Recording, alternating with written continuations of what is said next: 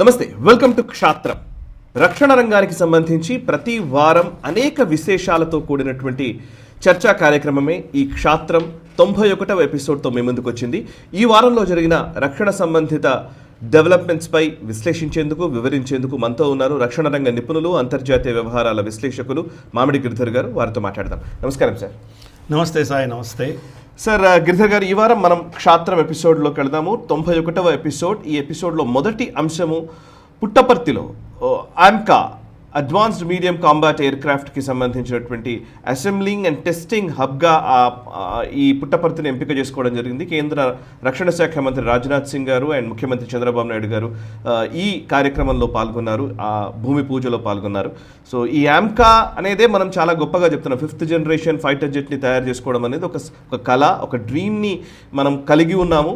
దాన్ని సాకారం చేసుకోవడానికి తెలుగు నేలపైన ఇది జరగబోతోంది అని అంటే కనుక నిజంగా చాలా గొప్ప విషయము. ఈ ప్రతిష్టాత్మక ప్రాజెక్ట్ గురించి అండ్ పుట్టపర్తిలో జరిగేటువంటి ఈ హబ్ గురించి వివరాలు తెలియజేస్తారా? సాయి, నీకు తెలుసు నాకు పేరు పెట్టింది సత్యసాయి బాబా. అవునా? గిరిధర్ అని పేరు పెట్టి చెప్పారు. నాకు అక్షరాభ్యాసం కూడా స్వామి చేశారు. కాబట్టి పుట్టపర్తితోటి నాకు చాలా అవినాభావ సంబంధం ఉంది. మా అమ్మ సైడు మా తాత వాళ్ళందరూ కూడాను స్వామికి చాలా దగ్గరగా ఉండేవారు.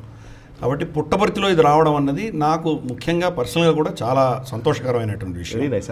ఎందుకంటే అక్కడ ఎయిర్పోర్ట్ ఉంది. స్వామి ఉన్నప్పుడు ఎయిర్పోర్ట్ బాగా పనిచేసేది, ఇంటర్నేషనల్ కూడా చాలా వచ్చేవాళ్ళు. కానీ స్వామి సమాధి అయిపోయిన తర్వాత అక్కడ మొత్తం ఎయిర్పోర్ట్ మూతపడిపోయింది. అంత ఇన్ఫ్రాస్ట్రక్చర్ కట్టిన తర్వాత దాన్ని యూటిలైజ్ చేసుకోకపోవడం అనేది దౌర్భాగ్యమైన విషయం. అంత మంచి అడ్వాన్స్డ్ ఒక ఇంటర్నేషనల్ స్థాయిలో రన్వే ఎయిర్పోర్ట్ కట్టిన తర్వాత దాని యూటిలైజేషన్ లేకుండా పోయింది. కాబట్టి చంద్రబాబు నాయుడు గారు చీఫ్ మినిస్టర్ ఆంధ్రప్రదేశ్, ఆయన చొరవ తీసుకుని దీంట్లో మన డిఫెన్స్ మినిస్ట్రీతో మాట్లాడి ఆయన భూమిని ఎంతో తొందరగా అయితే తొందరగా అలాట్ చేసి వాళ్ళని ఇక్కడ తీసుకురావడం అనేది చాలా పెద్ద విషయం. ఇది యాక్చువల్గా తమిళనాడుకు వెళ్ళవలసింది. తమిళనాడుకు వెళ్లకుండా ఆంధ్రప్రదేశ్కి రావడం అనేది ఆంధ్రప్రదేశ్ ఒక గర్వించదగ్గటువంటి విషయం ఇది. ఎందుకంటే ఆమ్కా అనేది ఫ్యూచరిస్టిక్ ప్రాజెక్ట్. ఇప్పుడున్నది మనకు తేజస్ ఏదైతే ఉందో అది మనకు హెచ్ఏఎల్ బెంగళూరులోను, తర్వాత మనకు నాసిక్లోను అసెంబ్లీ అవుతుంది. కానీ next generation AMCA advanced multi combat aircraft ఏదైతే రాబోతుందో అది 5th జనరేషన్ అందామా, 5.5 జనరేషన్స్ అందామా మనకు తెలియదు. బహుశా దాంట్లో 6th జనరేషన్ వచ్చినా మనం ఆశ్చర్యపడక్కర్లేదు. దాని ప్రోటోటైప్స్కి ప్రస్తుతానికి ప్రభుత్వం ప్రైవేట్ రంగ సంస్థకి అప్పచెప్పింది. అది హెచ్ఏఎల్కి ఇవ్వలేదు. ప్రోటోటైప్ వచ్చిన తర్వాత దాన్ని ఫైనల్గా ఎవరు మ్యానుఫ్యాక్చర్ చేస్తారు అనేది ఇంకా తేలలేదు. మరి ప్రోటోటైప్ చేసిన కంపెనీలే మ్యానుఫ్యాక్చర్ చేస్తాయా, లేకపోతే దాంట్లో హెచ్ఏఎల్ కూడా బిడ్డింగ్ చేయవచ్చు, లేదా 2-3 కంపెనీలు కలిపి స్ప్రెడ్ చేస్తారా, కన్సార్టియంగా వస్తారా, ఇంకా తెలియని విషయం. ప్రస్తుతానికి ఓన్లీ ప్రోటోటైప్ చేయడానికి మాత్రమే ప్రైవేట్ రంగ సంస్థలకు ఇచ్చినటువంటి విషయం. కానీ ముందస్తుగానే పుట్టపర్తిలో ఆంధ్రప్రదేశ్ ప్రభుత్వం రమారమి 650 ఎకరాల భూమిని వాళ్ళు కేటాయించడము, ముందర 150 ఎకరాలు కేటాయించడం, పక్కన ఉన్నటువంటి ఇంకో 200-300 ఎకరాల అధిక్రమణ దాన్ని టేక్ ఓవర్ చేయడము, ఇలా మొత్తం కలిపి ఓవరాల్ 650 ఏకర్స్ దీనికోసం ఇయర్మార్క్ చేశారు. దాంట్లో ఒక 300 ఎకరాల పైచీలకు ప్రైవేట్ రంగ సంస్థలకి అలాట్ చేయడం అనేది జరుగుతుంది. అంటే రాబోయే రోజుల్లో దీని ఎకో సిస్టమ్ ఉంటుంది కదా. ఆమ్కా అంటే నట్టు బోల్టు స్క్రూతో సహా ఒక కంపెనీ చేయదు. అది దానికి యాన్సిలరీ యూనిట్స్ ఉంటాయి.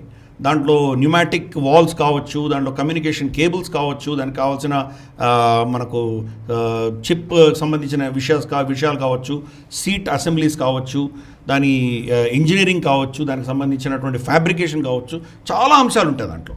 ఇవన్నీ కూడాను ఎకో సిస్టమ్ రావడానికి కావాల్సినటువంటి వసతులు కలిగించడానికి కోసం అని చెప్పి ఇక్కడ ల్యాండ్ అలాట్ చేయడం జరిగింది. పుట్టపర్తి మనకు బెంగళూరుకి చాలా దగ్గర. మనం చూస్తే కనుక మనకు హోసూర్ తమిళనాడులో ఉంటుంది, బెంగళూరు అవుట్స్కర్ట్స్లో ఉంటుంది. అది హోసూర్ విపరీతంగా డెవలప్ అయింది. తమిళనాడు దాన్ని అడ్వాంటేజ్గా తీసుకుంది. బెంగళూరులో రెసిడెంట్స్ ఉంటూ వాళ్ళు హోసూర్లో పనిచేసేవాళ్ళు, అది డెవలప్ అయింది. కానీ దురదృష్టవశాత్తు అది ఆంధ్రప్రదేశ్ సైడ్ డెవలప్ అవ్వలేదు. అది ఇప్పుడు పుట్టపర్తి వచ్చింది కాబట్టి చాలామంది బెంగళూరులో ఉంటూ వాడు పుట్టపర్తిలో వచ్చి పనిచేసి ఇలా జరిగేటువంటి అవకాశాలు ఉన్నాయి. కాబట్టి పుట్టపర్తి డెవలప్ అవ్వడానికి కావాల్సినటువంటి అవకాశాలు మిగతా ప్లేసెస్ కంపేర్ చేసి చూస్తే చాలా ఎక్కువ ఉన్నాయి ఇక్కడ. ప్లస్ రాష్ట్ర ప్రభుత్వం ఏం చెప్పిందంటే దాని రన్వేని ఇంకా 10,000 మీటర్లు పొడిగించే దిశగా వాళ్ళు ఒప్పుకున్నారు. ఇన్ఫ్రాస్ట్రక్చర్ని డెవలప్ చేయడానికి, రోడ్డు వ్యవస్థ అంతా చేయడానికి వాళ్ళు ఒప్పుకున్నారు వాళ్ళు. కాబట్టి ఇది ఒక అద్భుతమైనటువంటి పరిణామము. దీనివల్ల ఇక్కడ ఉపాధి కలిగించడమే కాదు, యాన్సిలరీ యూనిట్స్ వస్తాయి, టెక్నాలజీ డివాల్వ్ అవుతుంది. పర్ఫెక్ట్. సో అందుకని ఈ దృష్ట్యా మనకు ఆంధ్రప్రదేశ్కి వచ్చిన ఒక మంచి అద్భుతమైన వరం కింద మనం భావించాలి. రమారమి 7,000 పైచీలకు దీంట్లో ఉద్యోగాలు వచ్చేటువంటి అవకాశాలు, డైరెక్ట్గా వచ్చేటువంటి అవకాశాలు ఉన్నాయి. ఇండైరెక్ట్గా దానికి 3 రెట్లు 4 రెట్లు ఉంటుంది మనకి. Supply chain, logistics, construction, maintenance, ఏసీలు ఇవన్నీ ఉంటాయి. ఇవన్నీ యాడ్ చేసుకున్నామంటే ఇంకా అది ఒక కనీసం 3-4 రెట్లు ఎక్కువ ఉంటుంది. కాబట్టి ఇది ఒక పెద్ద ఎకో సిస్టమ్, ఒక మనకు ఏరోస్పేస్, అది కూడా డిఫెన్స్ ఏరోస్పేస్ హబ్గా ఆంధ్రప్రదేశ్లో పుట్టపర్తి డెవలప్ అవడం అనేది చాలా మంచి శుభపరిణామం. స్వామి యొక్క ఆశీస్సులు దీనికి తప్పకుండా ఉంటాయి. రాజ్నాథ్ సింగ్ గారు కూడా అదే చెప్పారు ఆయన స్పీచ్లో. ఇది సత్యసాయిబాబా నడియాడినటువంటి ఒక పుణ్యభూమిలో మనం పెడుతున్నాము ఈ అద్భుతమైనటువంటిది అని ఆయన స్పీచ్లో కూడా ఆయన చెప్పడం జరిగింది. అలాగే నారా లోకేష్ గారు మీరు సర్దార్ అని చెప్పేసి రాజ్నాథ్ సింగ్ గారిని పొగిడారు. ఆంధ్రప్రదేశ్కి ఆయన అంత ఫోకస్ పెట్టి దాన్ని తీసుకురావడం అన్నది చాలా గొప్ప విషయం. కాబట్టి ఆమ్కా రోల్అవుట్లో ఆంధ్రప్రదేశ్ కీలక పాత్ర అన్నది మనం అందరం కూడాను హర్షించదగ్గ. దీంట్లో సతీష్ రెడ్డి గారి పాత్ర కూడా ఉంది. సతీష్ రెడ్డి గారు అడ్వైజర్ ఆంధ్రప్రదేశ్ గవర్నమెంట్ కి. కరెక్ట్. ఆయన గతంలో డిఫెన్స్ మినిస్టర్ కూడా, డిఆర్డిఓ చైర్మన్ ఉండేవారు, ప్లస్ డిఫెన్స్ మినిస్టర్గా అడ్వైజర్ కూడా ఉండేవారు ఆయన. సో తప్పకుండా ఇది మన తెలుగు రాష్ట్రాలు రావడం అనేది మనం అందరం కూడా సంతోషించవలసిన విషయం. ఆంధ్రప్రదేశ్ చీఫ్ మినిస్టర్, ఆంధ్రప్రదేశ్ ప్రభుత్వము, అలాగే డిఫెన్స్ మినిస్ట్రీ వీళ్ళందరూ కూడా ఈ యొక్క అద్భుతమైనటువంటి నిర్ణయానికి శంకుస్థాపన చేసినందుకు మనం దానికి అభినందనలు తెలుపుతాం. కరెక్ట్. యాక్చువల్లీ ఇది అన్ని వార్తాంశాల్లో భాగంగానే దీన్ని కూడా చూస్తూ తెలుగు ప్రసార మాధ్యమాల్లో వార్తా కథనాలు వచ్చాయి. ఏదో అక్కడ శంకుస్థాపన చేస్తారు, ఇంకొక దగ్గర ఏదో ఒక ఇనాగ్రేషన్ చేస్తారు, చంద్రబాబు నాయుడు గారు ఎక్కడికో వెళ్తారు, ఏదో సెంట్రల్ మినిస్టర్ వస్తారు అన్నట్టుగానే చూడకుండా ఆమ్కా అనేది భారతదేశాన్ని ఒక నెక్స్ట్ లెవెల్కి తీసుకువెళ్ళడానికి ఈ ఆమ్కా ప్రాజెక్ట్ ఉపయోగపడుతుంది రక్షణ విభాగంలో. కదా సార్, దీని ఇంపార్టెన్స్ గురించి ఒక మాట చెప్పండి. అది మనకు technology, next generation technology, including artificial intelligence, avionics, తర్వాత మనకు వచ్చేటువంటి ఈ హైపర్సానిక్, సూపర్సానిక్ టెక్నాలజీని వాడుకోగలిగినటువంటివి, మనకు క్లౌడ్ కంప్యూటింగ్, ఇటువంటివి అడ్వాన్స్డ్ టెక్నాలజీస్ అన్నీ కూడా ఈరోజు ఇక్కడ మనం కంపెనీలు వచ్చి స్టార్ట్ చేసి వాళ్ళు ఈ ప్రాజెక్ట్కి దోహదం చేసేటువంటి ఒక పరిస్థితులు వస్తున్నాయి మనకి. కరెక్ట్. సో దాంతో ఈ ఎకో సిస్టమ్ డెవలప్ అవుతుంది. ఏదో ఒక ఫ్యాక్టరీ పెట్టామంటే అది వేరే విషయం, ఫ్యాక్టరీ కాదు, ఒక ఎకో సిస్టమ్ డెవలప్ అవుతుంది. అల్టిమేట్గా ఎవరు దీన్ని అసెంబ్లీ చేస్తారో మనకు తెలియదు. అసెంబ్లింగ్, టెస్టింగ్, మనకి ఇది కూడా చాలా కీలకమైనది. అసెంబ్లింగ్ చేయొచ్చు, కానీ టెస్టింగ్ మనం ఏం చేస్తున్నాము? ఫర్ ఇన్స్టెన్స్ మనకు కావేరీ ఇంజన్ టెస్ట్ చేయాలి. కావేరీ ఇంజన్ టెస్ట్ చేయాలంటే ఎక్కడికి వెళ్తుంది? అది రష్యాకి పంపిస్తున్నాం మనం. మన దగ్గర టెస్టింగ్ ల్యాబొరేటరీస్ కూడా లేవు. అందుకని ఇక్కడ అసెంబ్లీ, టెస్టింగ్, ఇంటిగ్రేషన్, ఇవన్నీ డిఫరెంట్ అంటే ఇన్ని సబ్ అసెంబ్లీస్ అన్నీ వస్తే వాటిని ఇంటగ్రేట్ చేయడము, టెక్నాలజీస్ని ఇంటగ్రేట్ చేయడము, మిసైల్స్ని ఇంటగ్రేట్ చేయడము, ఇవన్నీ కూడా ఇక్కడ జరుగుతాయి. అసెంబ్లీ, ఇంటగ్రేషన్ అండ్ టెస్టింగ్ 3 కూడా ఇక్కడ చేయబోతున్నారు. కాబట్టి ఇది ఒక ఎకో సిస్టమ్ డెవలప్ అవుతుంది. అది చాలా పెద్ద పరిణామం కింద మనం భావించాలి. Super sir, super. అండ్ ఇక నెక్స్ట్ అంశంలోకి వెళ్తాం సార్. ఐవన్ ఇక్కడనే మనం విశాఖపట్నంలోనే సీ ట్రయల్స్ జరుగుతున్నాయి, దీని గురించి కూడా మనం మాట్లాడదాం. India's 4th Arihant class submarine, nuclear submarine technology, స్వదేశీ పరిజ్ఞానంతో తయారు చేసుకున్నటువంటి వెజల్స్ ఇవి. INS Arihant, INS Arighat, INS Aridhaman, ఈ 3 గురించి మనం ఇదివరకు మాట్లాడాం క్షాత్రంలో. ఇప్పుడు ఐఎన్ఎస్ అరిసూదన్ ఆల్రెడీ లాంచ్ అయింది. దాని సీ ట్రయల్స్ జరుగుతున్నాయి. 2027లో దాన్ని కమిషన్ చేస్తారనేది వార్తా కథనము. ఈవెన్ విశాఖపట్నం దగ్గరే సీ ట్రయల్స్ కూడా జరుగుతున్నాయనేది మనకు తెలుస్తున్నటువంటి సమాచారం. ఒకసారి INS Arihant class submarine, nuclear submarine టెక్నాలజీలో వస్తున్నటువంటి అరిసూదన్ ప్రత్యేకతలు ఏంటి, వివరాలు చెప్తారా? అంటే ఇవి 4 కూడా ఫస్ట్ 3 ఆర్డర్ ఉన్నాయి. 3 కూడా మనకు షిప్ బిల్డింగ్ సెంటర్ విశాఖపట్నం వీళ్ళు డెవలప్ చేశారు. ఓకే, డెవలప్ చేసి లాంచ్ చేశారు. మొట్టమొదటి అరిహంత్ వచ్చినప్పుడు మనకి 50-60% మాత్రమే ఇండిజినస్ కంటెంట్ ఉండేది. మళ్ళీ అరిధమన్, అరిఘాత్ వచ్చేసరికి ఆల్మోస్ట్ 70% పైచులకు 70-75% ఇండిజినైజ్ అయ్యేవి. ఇప్పుడు అరిసూదన్ S4 అని దీనికి పేరు పెట్టారు. దీంట్లో 80% పైచులకు మనకు ఇండిజినస్ టెక్నాలజీ ఉంది దీంట్లో. సో ఇది మేజర్ చేంజెస్ ఇవి. అరిసూదన్ యాక్చువల్గా ఒరిజినల్ ప్లాన్లో లేదు, 3 ఉండినాయి, S1, S2, S3. ఈ యొక్క Arihant class సబ్మరీన్స్లో S1, S2, S3 3 ఉండినాయి. కానీ మనకు S5 క్లాస్ మనకి నెక్స్ట్ ఏదైతే మనం చేద్దాం అనుకున్నామో, అంటే ఇప్పుడున్నటువంటి అరిహంత్ క్లాస్కి నెక్స్ట్ లెవెల్ SSBNs. SSBNs అంటే మనకు తెలుసు, న్యూక్లియర్ పవర్ తోటి న్యూక్లియర్ బాంబు ఫైర్ చేయగలిగినటువంటి సబ్మరీన్ SSBNs అంటారు. ఓకే, ఒక న్యూక్లియర్ మెటీరియల్ తోటి నడిచే షిప్పు, కానీ న్యూక్లియర్ బాంబు ఫైర్ చేయలేనటువంటిది SSNs అంటారు వాటిని. ఓకే. SSNకి SSBNకి ఇదే తేడా. రెండు న్యూక్లియర్ పవర్ తోటే రన్ అవుతాయి సబ్మరీన్స్. కానీ SSBN అనేసరికి బ్యాలిస్టిక్ మిసైల్ ఉంటుంది, అంటే దాంట్లో న్యూక్లియర్ బాంబు కూడా ఫైర్ చేయొచ్చు. దాన్ని SSBNs అంటారు. మన దగ్గర ప్రస్తుతానికి 3 ఉన్నాయి, అరిహంత్, అరిఘాత్, అరిదమన్ 3 ఉన్నాయి. ఈ 3తోటే మనం ఆపేసాం ఆ project. Next level, next generation మనం డెవలప్ చేయాలి అని మనం అనుకున్నప్పుడు అది డెవలప్మెంట్ స్టేజ్లోనే ఉంది. డెవలప్మెంట్ స్టేజ్లో ఉండేసరికి డెవలప్మెంట్ స్టేజ్ ఇంకా డిలే అవుతుందని తెలియగానే భారత ప్రభుత్వం 2018లో ఈ 4వ సబ్మరీన్కి క్లియరెన్స్ ఇచ్చింది. ఓకే. 4వ సబ్మరీన్ క్లియరెన్స్ ఇస్తే 6 సంవత్సరాల్లో దీన్ని తయారు చేసాం. 2024లో దీన్ని లాంచ్ అయింది. దీని లాంచింగ్ వేరే, కమిషనింగ్ వేరే, 2 డిఫరెంట్ డేట్స్ ఉంటాయి. లాంచ్ అయిన తర్వాత అది సముద్రంలో వెళ్ళి టెస్టింగ్ చేస్తారు. దాన్ని టెస్ట్ చాలా టైప్స్ ఉంటాయి. ఏ డెప్త్లో అది వెళ్ళగలదు, ప్రెషర్ ఎంత తీసుకోగలదు, లీకేజెస్ ఏమైనా ఉన్నాయా, ఫైర్ చేస్తే దాని వైబ్రేషన్ ఎలా ఉంది, ఇది లోపల వెడుతూ ఉంటే కనుక ఏ స్పీడ్లో వెళ్తుంటే దీని అకాస్టిక్స్ శత్రువులకి దొరుకుతుంది, ఎటువంటి రెడార్ సిగ్నల్స్ని అబ్జర్వ్ చేయగలదు, ఇది కింద లోపలగా ఉన్నప్పుడు ఎంతకాలం ఉండగలదు అది. అండ్ ఆఫ్కోర్స్ దీనికి అన్లిమిటెడ్ క్రూ ఎప్పుడు బయటికి రావాలనుకున్నా వాళ్ళకి ఆహారం అయిపోయింది అన్నప్పుడు రావాల్సిందే, కానీ లేకపోతే అది ఎంతకాలమైనా లోపల ఉండొచ్చు, అన్లిమిటెడ్ లోపల ఉండొచ్చు. SSBNస్కి ఉన్నటువంటి అడ్వాంటేజ్ అది. కాబట్టి ఇవన్నీ కూడా టెస్ట్ అవుతాయి. సరే మీరు చెప్పారు ఇవన్నీ చేసామని, కానీ నిజంగా సముద్రం తట్టుకోగలవా? ఆ సెలానిటీ, అంత ఉప్పు నీళ్లలో అంత ప్రెషర్, ఎందుకంటే సముద్రం లోపలికి వెళ్ళే కొద్దీ నీటి యొక్క ప్రెషర్ పెరుగుతూ ఉంటుంది దాని మీద. ఈ ప్రెషర్ తట్టుకొని ఉండగలదా, ప్రొపెల్లెంట్స్ ఎలా ఉన్నాయి దాంట్లో, దాని నావిగేషన్ ఎలా ఉంది, ఇవన్నీ కూడా వాళ్ళు టెస్ట్ చేస్తారు. తర్వాత ఫైరింగ్, దాంట్లో ఎలా ఫైర్ చేయగలము, ఇవన్నీ కూడా టెస్టింగ్ జరుగుతున్నాయి. ప్రస్తుతానికి ఇది టెస్టింగ్ ఫేజ్లో ఉంది. దీంట్లో కీలకంగా మనం K4 మిసైల్స్ పెట్టుకోగలం. K4 అన్నది మనకు ఈరోజు న్యూక్లియర్ అటాక్ చేయగలిగినటువంటి ఇంటర్మీడియట్ రేంజ్ బ్యాలిస్టిక్ మిసైల్స్. అంటే మనం ఇంటర్ కాంటినెంటల్ కాదు, మీడియం రేంజ్, అంటే 3 నుంచి 5,000 కిలోమీటర్ల దాకా కొట్టగలిగినటువంటి సబ్మరీన్ నుంచి కొట్టగలిగిన న్యూక్లియర్ మిసైల్స్ ఏవైతే ఉన్నాయో దాన్ని K4 అని పిలుస్తున్నాము. K5 ఇంకా డెవలప్మెంట్లో ఉంది. INS అరిహంత్, అరిఘాత్, అరిదమన్ 3 కూడాను మనకు 4 ఈ పాడ్స్ ఉండేవి, ఇవి ఫైర్ చేయగలిగిన పాడ్స్ ఉండేవి. కానీ దీంట్లో 8 పాడ్స్ ఉన్నాయి మనకి. 8 K4 SLBMs పెట్టుకోగలిగిన స్లాట్స్ ఉన్నాయి దీంట్లో. అలాగే VLS స్లాట్ సెంటర్, అంటే vertical launch slot centre. Vertical launch slots దాంట్లో 4 ఉండేవి, దీంట్లో 8 ఉన్నాయి. కెపాసిటీ డబుల్ చేసాం. ఒకటేసారి సైమల్టేనియస్గా 8 లాంచ్ చేయగలం. ఇది అర్థం చేసుకోవచ్చు. సముద్రం లోపల ఉంటూ వర్టికల్ లాంచ్ చేయాలంటే కనుక దాని నీళ్లు లోపలికి వెళ్ళిపోకుండా ప్రోటోకాల్స్ ఉండాలి. లీక్ ఏంటంటే మొత్తం లోపల సబ్మరీన్లో నీళ్లు వెళ్ళిపోతాయి కదా, నీళ్లు వెళ్లకుండా ఎలా ఫైర్ చేయగలము అన్నది ఈ యొక్క ఫీచర్స్ అన్నమాట. ఈ టెక్నాలజీ అంతా దాంట్లో ఉంది. 130 మీటర్ల పొడుగు ఉంటుంది. ఎందుకు? K4 కూడా చాలా పెద్దది, అది ఆల్మోస్ట్ 16-18 మీటర్స్ ఉంటుంది అది. ఎందుకంటే 5,000 కిలోమీటర్లు వెళ్ళాలి. రేపు K5 రాబోతుంది, అది ఎంత పొడుగుంటుందో మనకు తెలియదు. ఎందుకంటే న్యూక్లియర్ బాంబును తీసుకొని వెళ్ళి ఇంటర్ కాంటినెంటల్ వెళ్ళి 5,000 కిలోమీటర్లు 6,000 కిలోమీటర్ల దూరంలో కొట్టి రావాలి. కాబట్టి దానికి కావాల్సినటువంటి లెంత్ 130 మీటర్లు ఈ యొక్క సబ్మరీన్ ఉంటుంది. కాబట్టి ఒక అడ్వాన్స్డ్ సబ్మరీన్ మన అమల పొదలో చేరుతోంది. సీ ట్రయల్స్ అవుతున్నాయి. 2027లో దీన్ని ఇండక్ట్ చేయబోతున్నారు. ఇంతవరకు దీనికి పేరు ఉండేది కాదు, S4 అని ఉండేది.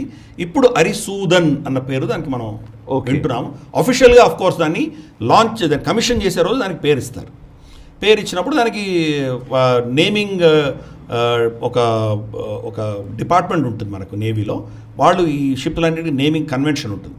వాళ్ళు పేరు పెట్టిన తర్వాత అది మన క్యాబినెట్, మన డిఫెన్స్ మినిస్టర్ క్లియర్ చేయాలి. దాన్ని క్లియర్ చేసిన తర్వాత ప్రెసిడెంట్ అసెంట్ కావాలి.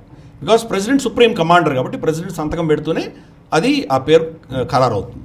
కమిషనింగ్ రోజు ఆ పేరు దాన్ని అన్వెయిల్ చేస్తారు అఫీషియల్గా. కానీ ఇప్పుడు మనకు తెలుసు ఆల్రెడీ అరిసూదన్ నిర్ణయించారని. ఈ 4 పేర్లు కూడా అరిహంత్ కానీ, అరిదమన్ కానీ, అరిఘాత్ కానీ, అరిసూదన్ కానీ 4 అర్థాలు ఒకటే. అంటే అరి అంటే శత్రువుని నాశనం చేయడం. ఓకే. అరిఘాత్, అరిదమన్, అరిసూదన్, తర్వాత మనకు అరిదమన్, ఇవన్నీ కూడాను శత్రువుని మనం ఎలా నాశనం చేయగలం అన్న పేరుతోటే అదే పేరు వచ్చేటువంటి 4 సంస్కృత పదాలతో వచ్చినవి ఇవన్నీ కూడా. Very nice, very nice, super sir, super. ఇక నెక్స్ట్ అంశంలోకి వెళ్తాను సార్. మనం రఫేల్ ఫైటర్ జెట్స్ మనం డసాల్ట్ ఏవియేషన్ నుంచి, ఫ్రాన్స్ నుంచి మనం కొనుగోలు చేస్తున్నవి ఉన్నాయి. సో ఇందులో రీసెంట్గా 114 రఫేల్స్ని మనము కొనుగోలు చేయడానికి ఒప్పందం చేసుకున్నాం. అందులో 114లో 22 ఫ్రాన్స్ నుంచి నేరుగా వస్తాయి ఫ్లై అవే కండిషన్లో. బట్ మిగతావి ఇప్పుడు మన భారతదేశంలో తయారు చేయాలి. భారతదేశపు కంపెనీలు ఇప్పుడు దాని గురించి పోటీ పడుతున్నట్టుగా కనబడుతుంది. టాటాలు, అదేవిధంగా మహీంద్రా, అదానీ గ్రూప్స్ మధ్య పోటీ నెలకొన్నట్టుగా తెలుస్తోంది. సో ఒకసారి ఆ డీటెయిల్స్ చెప్తారా సార్? రఫేల్ మన దగ్గర తయారు చేసుకుంటున్న వాటికి సంబంధించి నెలకొన్నటువంటి పోటీ వాతావరణం అండ్ ప్రైవేట్ ప్లేయర్స్ ఎలా ఈ పెద్ద ప్రాజెక్టులోకి రాబోతున్నారు? గతంలో ఇవన్నీ కూడా హెచ్ఏఎల్ తప్ప ఇంకేది ఉండేది కాదు మన దగ్గర. ఆప్షన్ ఆలోచించేవాళ్ళు కాదు. హెచ్ఏఎల్ చూసాం, వాళ్ళు ఎంత ఇన్ఎఫిషియెంట్గా ఉన్నారో చూసాం. మనం ఫస్ట్ బ్యాచ్ 36 రఫైల్స్ కొన్నప్పుడు లోకల్ పార్ట్నర్ పెట్టుకోండి అంటే హెచ్ఏఎల్ కొంతమంది కోరికలు కోరారు వాళ్ళు. మేము 5 రోజులే పనిచేస్తాం, మిగతా 2 రోజులు మేము ఉండము, దాని టర్న్ అరౌండ్ టైం అంటారు. ఒకవేళ అది రిపేర్కి వచ్చిందంటే ఎంత తొందరగా దాన్ని రిపేర్ చేసి ఇవ్వగలరు. మన ఎయిర్ ఫోర్స్ ఏం చెప్పిందంటే 90% ఆపరేషనల్ ఉండాలి అని చెప్పారు వాళ్ళు. అంటే విమానాలు 10% మాత్రమే రిపేర్కి గ్రౌండ్ అయ్యేటువంటి పరిస్థితి, మిగతా 90% ఎప్పుడు కూడా ఆపరేషన్ రెడీగా ఉండాలి. ఇది మనం పెట్టిన కండిషన్. వీళ్ళేమో దానికి ఫస్ట్ వీళ్ళు హెచ్ఏఎల్ దానికి అంత టైం ఇవ్వలేకపోయారు. 2 దానికి సంబంధించి కాస్ట్ చాలా విపరీతంగా. ఈవెన్ అప్పుడు నాకు తెలిసి బెంగళూరులో హెచ్ఏఎల్ దగ్గర ఈ యూనియన్ దగ్గరికి రాహుల్ గాంధీ కూడా వెళ్ళారు. కరెక్ట్. యూనియన్లను వాళ్ళని విపరీతంగా రెచ్చగొట్టడం సందర్భం కూడా ఉంది. రెచ్చగొట్టి ఇవన్నీ చేసిన విషయం మనకు తెలుసు. అప్పుడు రఫాయల్ ఏం చేసిందంటే వాళ్ళ కంపెనీ పెట్టుకొని నాగ్పూర్లో పెట్టుకున్నారు. అనిల్ అంబానీ రిలయన్స్ గ్రూప్ తోటి వాళ్ళు ఒక జేబీ చేసుకుని నాగ్పూర్ రన్వే పక్కనే వాళ్ళ కంపెనీ పెట్టుకున్నారు. అఫ్కోర్స్ అని జేవీ అనిల్ అంబానీతో ఉన్నా కానీ కూడా మొత్తం రన్ చేసేది డసాల్ట్ రన్ చేస్తుంది. పేరుకి ఇండియన్ పార్ట్నర్, కానీ ఇండియన్ పార్ట్నర్ అతనికి ఏం అనుభవం లేదు. ఇప్పుడు ఫైనల్గా అతను కూడా తీసేసి డసాల్ట్ టేక్ ఓవర్ చేసేసింది మొత్తం కంపెనీని. కానీ విడ్డూరం ఏంటంటే అక్కడ నాగ్పూర్లో దీన్ని మ్యానుఫ్యాక్చర్ చేయట్లేదు.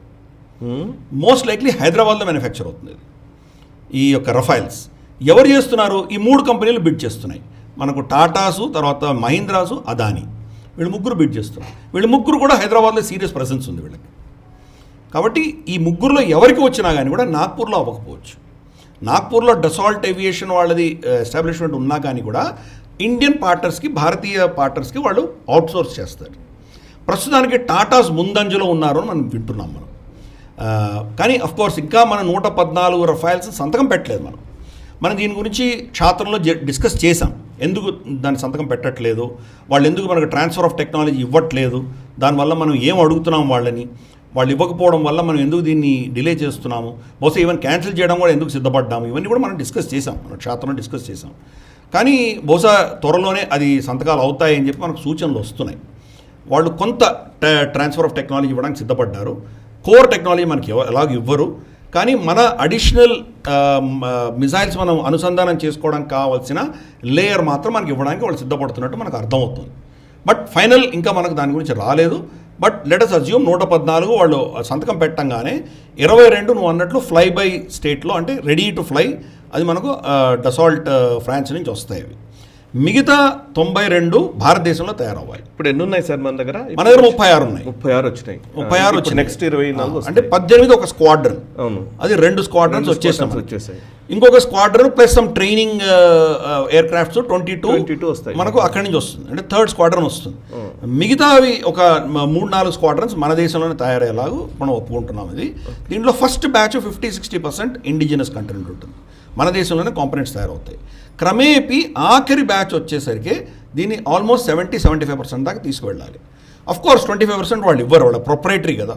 ఆ మెటలర్జీ కానీ దాంట్లో ఉన్నటువంటి ఇంజిన్స్ కానీ చాలా మటుకు వాళ్ళే ఇస్తారు. అది మనం ఏం చేయలేం, దాన్ని ట్రాన్స్ఫర్ చేయడానికి సిద్ధంగా లేరు వాళ్ళు. కానీ మనకు ఈ ఒప్పందం జరిగిన తర్వాత ఇమ్మీడియట్గా మన దేశంలో దాన్ని అండర్ లైసెన్స్ దీన్ని తయారు చేయడానికి ఈ 3 కంపెనీలు బిడ్ చేస్తున్నాయి. ఇది పెద్ద పరిణామం మనకి.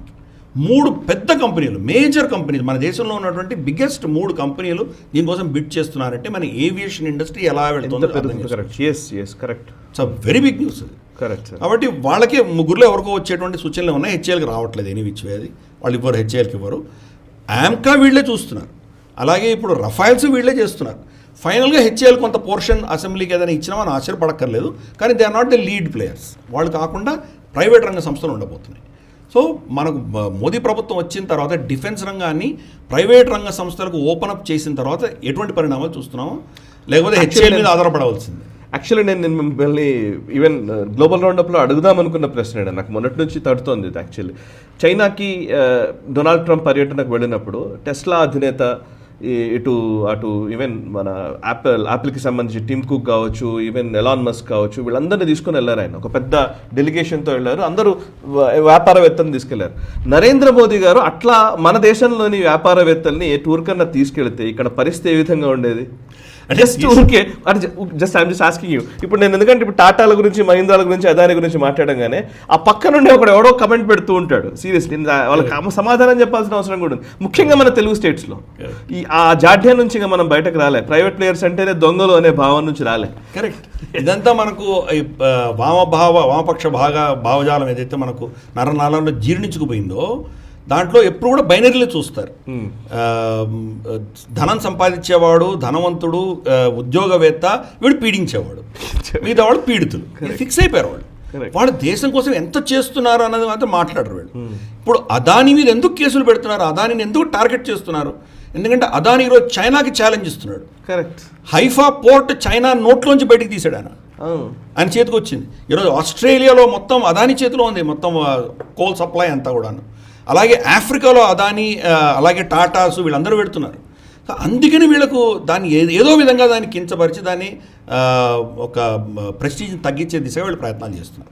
ఒక రకంగా చెప్పాలంటే ఇది పారామిలిటరీ ఫోర్స్ లాంటిది. ప్రభుత్వం చేయలేనివి కొన్ని వ్యాపారవేత్తల ద్వారా చేయగలిగేవి. అదే వీళ్ళ అస్త్రాలు. ఎగ్జాక్ట్లీ. ఏ ప్రభుత్వానికైనా అవే అస్త్రాలు. మన ఇండస్ట్రీ, ఎకానమీ, ఇవే మనకు అస్త్రాలు. మోదీ గారు తీసుకువెళ్ళలేదా అంటే తీసుకువెళ్ళారు. ఎక్కడ తీసుకెళ్లారు? నెదర్లాండ్స్కి వెళ్ళినప్పుడు మనకు ఏఎస్ఎంఎల్తో టాటా సంతకం పెట్టారు కదా, మోదీ గారు ముందరే సంతకం పెట్టారు కదా. మనకు వాళ్ళ చిప్ మేకింగ్ మషీన్స్ని మనకు నెదర్లాండ్స్లో మనకు ఒప్పందం జరిగింది. అది ఎందుకంటే ప్రపంచంలో చిప్ మేకింగ్ మెషిన్స్ తయారు చేసే ఏకైక కంపెనీ ఏఎస్ఎంఎల్. ఇంకేది లేదు. అక్కడ టాటాస్ వెళ్ళారు కదా మరి. కానీ మనం వీళ్ళలాగా పెద్ద డ్రామా చేసి పెద్ద బాహటంగా అవన్నీ చేయట్లేదు. క్వైట్గా చేసాం. మనం చేయాల్సింది మనం చేసాము, సంతకాలు పెట్టుకొని వచ్చేసాం మనం. అలాగే ఇటలీకి వెళ్ళారు ఆయన. ఇటలీకి వెళ్ళి జార్జియా మెలోడీ ఇవన్నీ దీంట్లో అందరు బిజీగా ఉన్నారు. కానీ అక్కడ మనకు India middle east Europe economic corridor ఏదైతే ఉందో దానికి సంబంధించి 2 పోర్ట్స్ మనకి ఇటలీ నుంచి మనకు రాబోతున్నాయి. ఆ పోర్ట్స్ ఎవరికి వస్తాయి? మళ్ళీ అదానియో, ఎల్ఎన్టీయో వీళ్ళకే వస్తాయి కదా. ఖచ్చితంగా. ఇది మనకు ఉన్నటువంటి మన డిప్లొమసీ. సో అక్కడ మన వాళ్ళు ఉన్నారు. ప్రభుత్వం ఒప్పందాలు చేసుకొచ్చినా కానీ వెనకాల మన ఇండస్ట్రీ నిలబడుతుంది. కాబట్టి ఇది ఒక ఎకో సిస్టమ్ అనేది మన దేశంలో తయారైంది.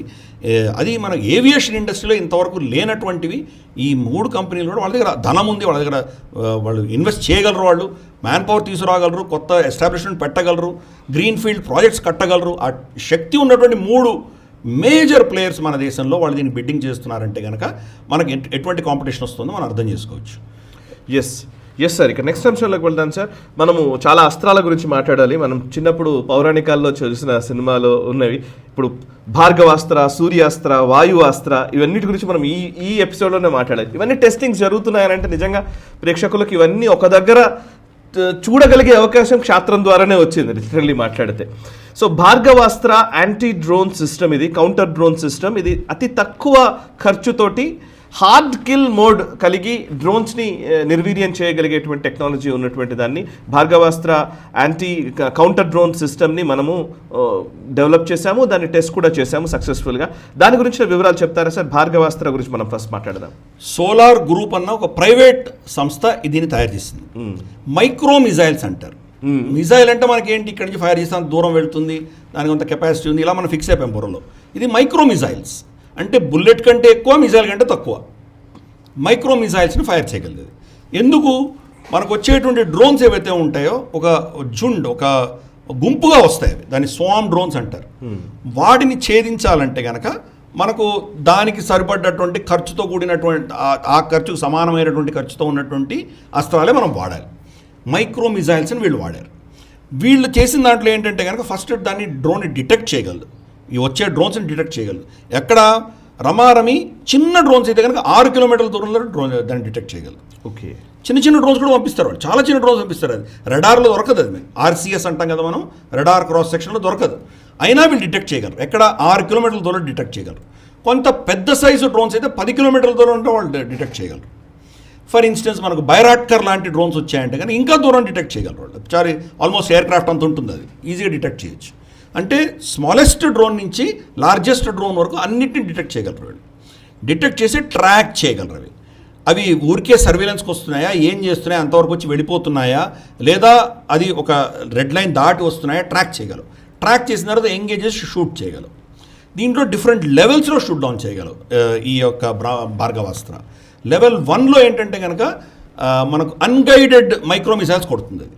ఓకే, అంటే ఇప్పుడు ఇన్ని వస్తున్నాయి, దీంట్లో టకటకటగా ఫైర్ చేస్తూ ఉంటుంది, కంటిన్యూస్ ఫైర్ చేస్తుంటుంది, అవన్నీ కూడా షూట్ డౌన్ అవుతాయి. వాళ్ళు సపోజ్ 50 అవి వచ్చాయంటే మనం ఒక 100, 150 కొడతాం అక్కడ.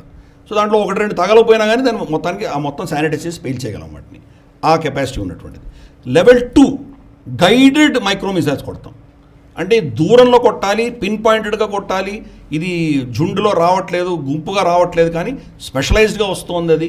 అది లాయిటరింగ్ మ్యూనిషన్ కావచ్చు, కామికాజీ డ్రోన్ కావచ్చు, ఫస్ట్ పర్సన్ వ్యూ డ్రోన్ కావచ్చు, లేదా మనకు ఐఎస్ఆర్ డ్రోన్ కావచ్చు.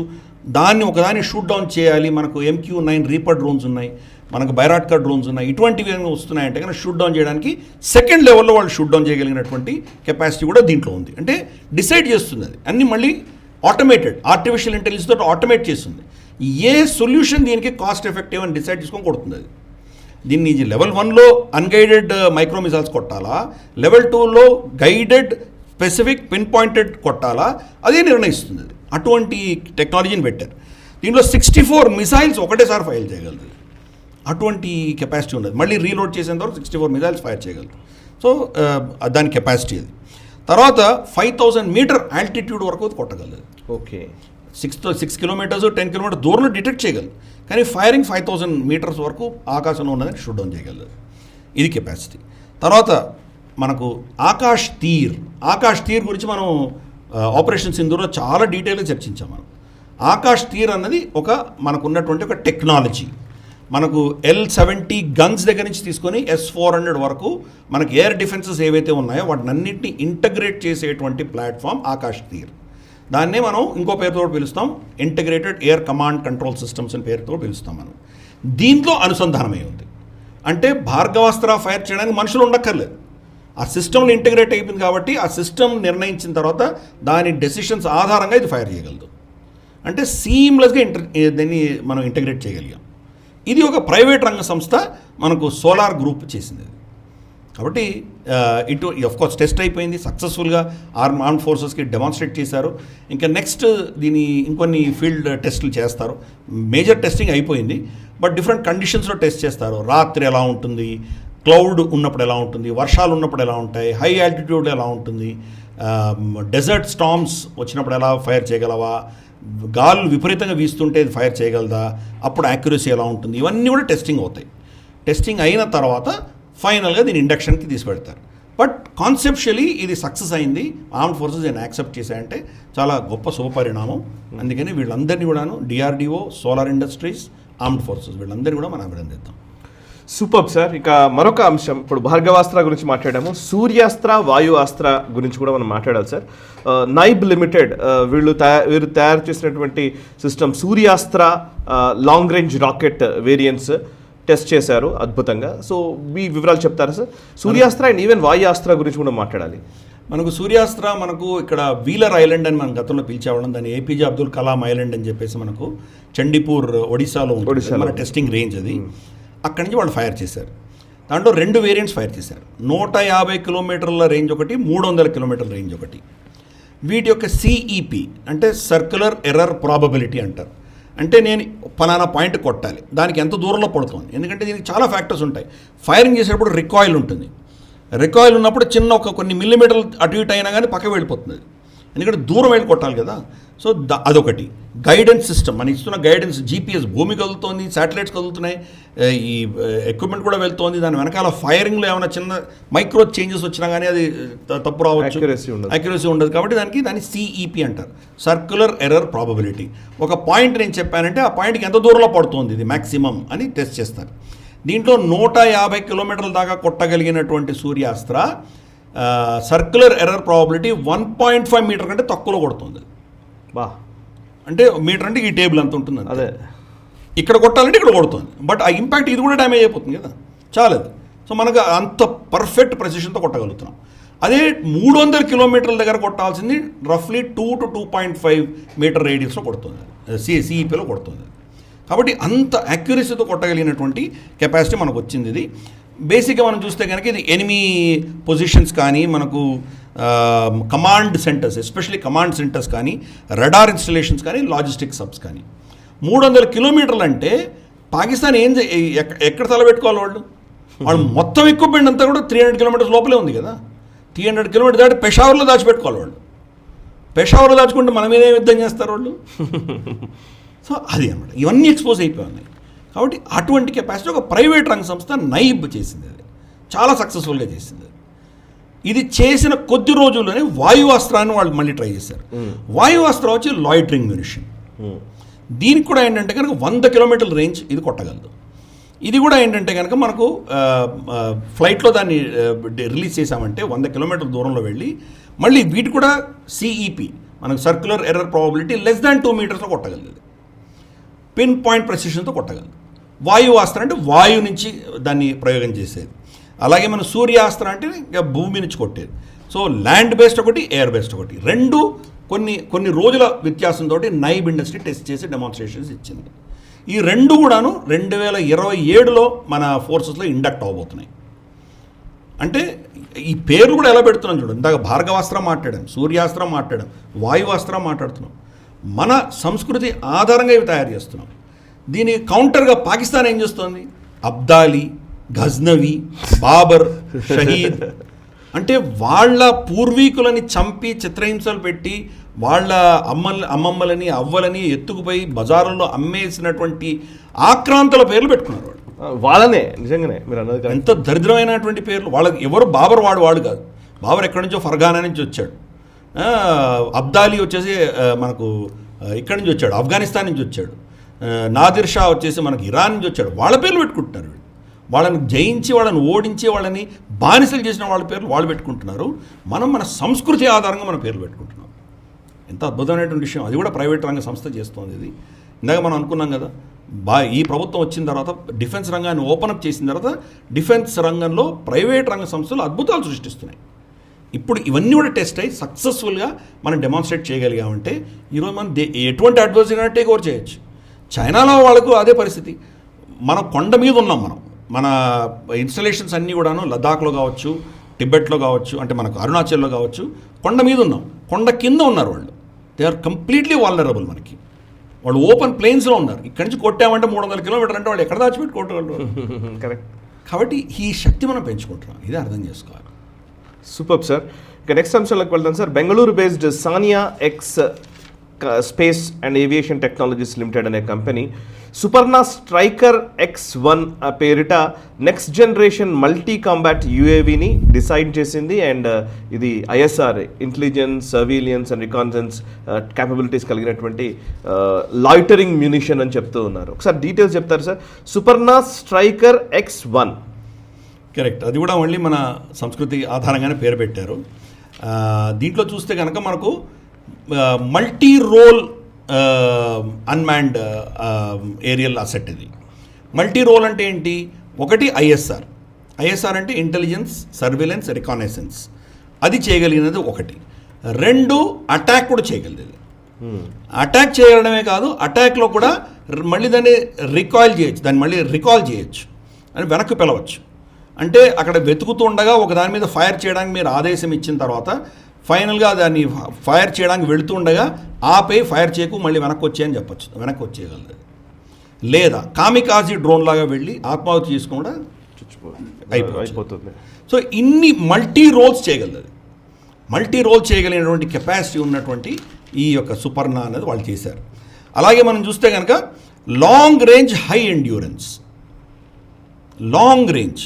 ఎండ్యూరెన్స్, దానికి చలి మనం పైకి 30,000 అడుగులు 40,000 అడుగులు పైకి వెళ్ళిందంటే మైనస్లో ఉంటుంది టెంపరేచర్. అక్కడ ఆ టెంపరేచర్ తట్టుకోలేకపోతే ఏమవుతుందంటే ఏవియానిక్స్, దాని ఎలక్ట్రానిక్స్ అన్ని దెబ్బతింటాయి. దాన్ని తట్టుకోగలిగిన కెపాసిటీ, హై హీట్, ఆ స్పీడ్లో వెళ్తున్నప్పుడు హీట్ వస్తుంది, దాన్ని తట్టుకోగలిగిన కెపాసిటీ, ఇవన్నీ దాంట్లో ఉన్నాయి. 25 కిలోస్ దాకా మ్యూనిషన్ డ్రాప్ చేసి రాగలదు.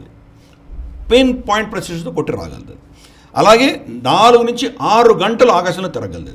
అంటే మనం ఒక పర్టికులర్ టార్గెట్ ఇచ్చామంటే హంట్ చేస్తూ ఉంటుంది. ఫర్ ఇన్స్టెన్స్ ఎవరో మనం హఫీజ్ సయీద్ని కోఆర్డినేట్స్ ఇచ్చాము, ఇక్కడ ఉన్నాడు అని తిరుగుతూ ఉంటుంది. అది వాడికి హఫీజ్ సయీద్ గారు రూమ్లో ఉన్నాడంటే వెయిట్ చేస్తుంది. అది బయటికి రాగానే క్లియర్ కట్ ఇతనే అని చెప్పేసి ఆ ఐఎస్ఆర్ ద్వారా వాళ్ళకి కనుక ఆ క్లారిటీ వచ్చి వాళ్ళకి కనిపించిందంటే కనుక అప్పుడు వెళ్ళి షూట్ చేస్తుంది అది. సో 4 నుంచి 6 గంటల వరకు హై ఆల్టిట్యూడ్లో తిరుగుతూనే ఉంటుంది. అది ఒక ప్రైవేట్ రంగ సంస్థ తయారు చేసి ఇచ్చింది. సో మనకు ప్రతిదీ ప్రభుత్వము డిఆర్డిఓ మీద ఆధారపడక్కర్లేదు. మన ప్రైవేట్ రంగ సంస్థలే ఇవన్నీ తయారు చేసి ఇస్తున్నాయి. ప్లస్ దీంట్లో ఒక పెద్ద మేజర్ అడ్వాంటేజ్ అంటే వర్టికల్ టేక్ ఆఫ్. దానికి రన్వే అక్కర్లేదు. ఓ ట్రక్ మీద నుంచి ఫైర్ చేయొచ్చు మనం, కరెక్ట్. లేదా మనం కార్ మీద పెట్టి ఫైర్ చేయొచ్చు. సో శత్రువుగా తెలుస్తుంది అది. ఏదో ప్రైవేట్ కార్లు వెళ్తుంటే సడన్గా కార్ మీద పెడతాం, దాన్ని లాంచ్ చేస్తాం మనం, రైట్. సో ఆ అడ్వాంటేజ్ దీనికి ఉంది. నేల మీద పెట్టి లాంచ్ చేస్తాం మనం. సో వర్టికల్ టేక్ ఆఫ్ చేయగలిగింది. అంటే ఇన్ని మల్టిపుల్ ఫీచర్స్ ఉన్నది ఫస్ట్ వర్షనే ఇది. ఇంకా అఫ్కోర్స్ దీన్ని ఇంకా డెవలప్ చేస్తారు. ఇదే ఇంత సక్సెస్ అయిందంటే ఇంకా రాబోయే వర్షన్స్ ఎలా ఉంటాయో మనం అర్థం చేసుకోవచ్చు.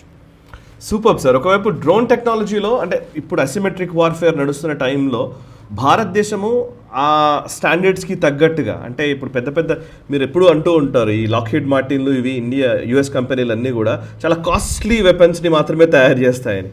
కాస్ట్ తక్కువగా ఉండాలి, ఎట్ ద సేమ్ టైం విధ్వంసంలో తక్కువ అంటే ఎక్కువ విధ్వంసం క్రియేట్ చేయగలగాలి అడ్వర్సరీస్కి సంబంధించి. సో అందులో మనం బాగానే ఎక్విప్ అవుతున్నాం. ఇప్పుడు కొత్తది మీరు ఇందాక చెప్పినట్టు సూపర్నా స్ట్రైకర్తో పాటు ఇంకొకటి రేస్ స్ట్రైక్ అని ఒకటి ఒక డ్రోన్ సిస్టమ్ లెజర్ వెపన్, అది హై పవర్డ్ లెజర్ వెపన్. దీన్ని కూడా సక్సెస్ఫుల్గా టెస్ట్ చేశారని తెలుస్తోంది. ఇది పారాస్ గ్రూప్, మనం ఇంతకుముందు కంపెనీ సెక్షన్లో మాట్లాడాం క్షాత్రంలో. ఒకసారి ఈ వివరాలు చెప్తారా సార్? అంటే ఇది చాలా డిఫరెంట్. ఇది డైరెక్టెడ్ ఎనర్జీ వెపన్ అంటారు. డైరెక్టెడ్ ఎనర్జీ వెపన్, డిఈడబ్ల్యూ అంటారు. అంటే లేజర్ వెపన్. ఆ ఫోటో చూస్తుంటే కూడా చాలా ఇంట్రెస్టింగ్ గా ఉంది యాక్చువల్లీ. కరెక్ట్. Shoot down చేసేస్తుంటుంది.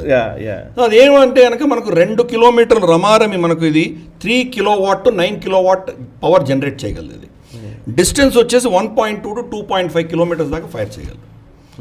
ఇది మనకంటే తక్కువ చిన్న డ్రోన్స్ పంపిస్తారు వాళ్ళు. చిన్న డ్రోన్స్ మనకు రెడార్లకు చిక్కవు, మన సర్వేలెన్స్ దొరకదు, చాలా కష్టం అటువంటివి. వాళ్ళు ఏం చేస్తారంటే జియో కోఆర్డినేట్స్ పెట్టి పంపించేస్తారు. మనం ఈవెన్ ఎలక్ట్రానిక్ జామింగ్ చేసినా తప్పించుకోగలవు అవి. అటువంటివి వస్తున్నాయి. వాటిని షూట్ డౌన్ చేయాలంటే ఏం చేయాలి? ఇప్పుడు షహీద్ డ్రోన్స్ వాళ్ళు పంపించారు. ఎవరు మన ఇరాన్ పంపించింది వీళ్ళ మీద, యుఏఈ, ఇజ్రాయెల్, తర్వాత అమెరికన్ బేసెస్ మీద పంపించింది. వీళ్ళు దాన్ని దేంతో షూట్ డౌన్ చేశారు? టామహాక్ మిసైల్తో షూట్ చేశారు. అవును. ఒక్కొక్క టామహాక్ మిసైల్ $4 నుంచి $6 మిలియన్ ఖర్చు, $30,000 వాళ్ళు అంత పెట్టి ఖర్చు చేశారు. ఇది $1 ఖర్చు, ఒక్కొక్క షాట్ $1 ఖర్చు అంతే. సో ఎనర్జీ వెపన్ అంటే లేజర్ వెపన్ కొడుతుంది. రమారమి 1.2 to 2.5 కిలోమీటర్స్ దాకా ఫైర్ చేయగలదు. ఫైర్ చేసి షూట్ డౌన్ చేయగలదు. అంటే లో హ్యాంగింగ్, తక్కువ హైట్లో వస్తున్నటువంటి ఈ చిన్న డ్రోన్స్ వచ్చి మన మీద పడి దాన్ని విధ్వంసం సృష్టిస్తే కనుక దాన్ని తట్టుకోగలం. ఈరోజు మాస్కో మీద దాడులు జరిగాయి, క్రెమ్లిన్ మీద దాడులు జరిగినాయి, ఎక్కడెక్కడ దాడులు జరుగుతున్నాయి. ఇవన్నీ ఆ డ్రోన్స్ డిటెక్ట్ కూడా చేయలేకపోతున్నారు. వాళ్ళు వచ్చి మీద పడ్డాక అప్పుడు విధ్వంసం అవుతుంది. వీళ్ళ థర్డ్ మిజైల్ రెడార్ సిస్టమ్స్ అనేది ధ్వంసం అయిపోయినాయి. వాళ్ళు ఏం చేయగలుగుతున్నారు? సో అందుకని దానికి కౌంటర్ మనం తయారు చేసుకుంటున్నాం. దీన్ని కౌంటర్ డ్రోన్ సిస్టమ్స్ అంటారు. కౌంటర్ అన్మాన్డ్ ఏరియల్ వెహికల్ అంటారు. CUAV అంటే కౌంటర్ అన్మాన్డ్ వెహికల్. అండ్ దీనికి కౌంటర్గా తయారు చేస్తున్నాం. ఇది ఎనర్జీ వెపన్. అటువంటిది ఈ యొక్క పారస్ అన్న కంపెనీ తయారు చేసింది. పర్ఫెక్ట్ ప్రెసిషన్తో చేయగలిగారు వీళ్ళు. 100% ఇండిజినస్ టెక్నాలజీ, మన దేశంలో ఉన్నటువంటి టెక్నాలజీ. ప్లస్ దీనికి చూస్తే కనుక దీన్ని ఆల్రెడీ మనం క్లియరెన్స్ వచ్చేసింది మినిస్ట్రీ నుంచి. 2027లో దీన్ని ఇండక్ట్ చేయబోతున్నారు. అంటే దీని అఫ్కోర్స్ ఫైనల్ ప్రొడక్షన్ లైన్ ఇప్పుడు స్టార్ట్ అవుతుంది.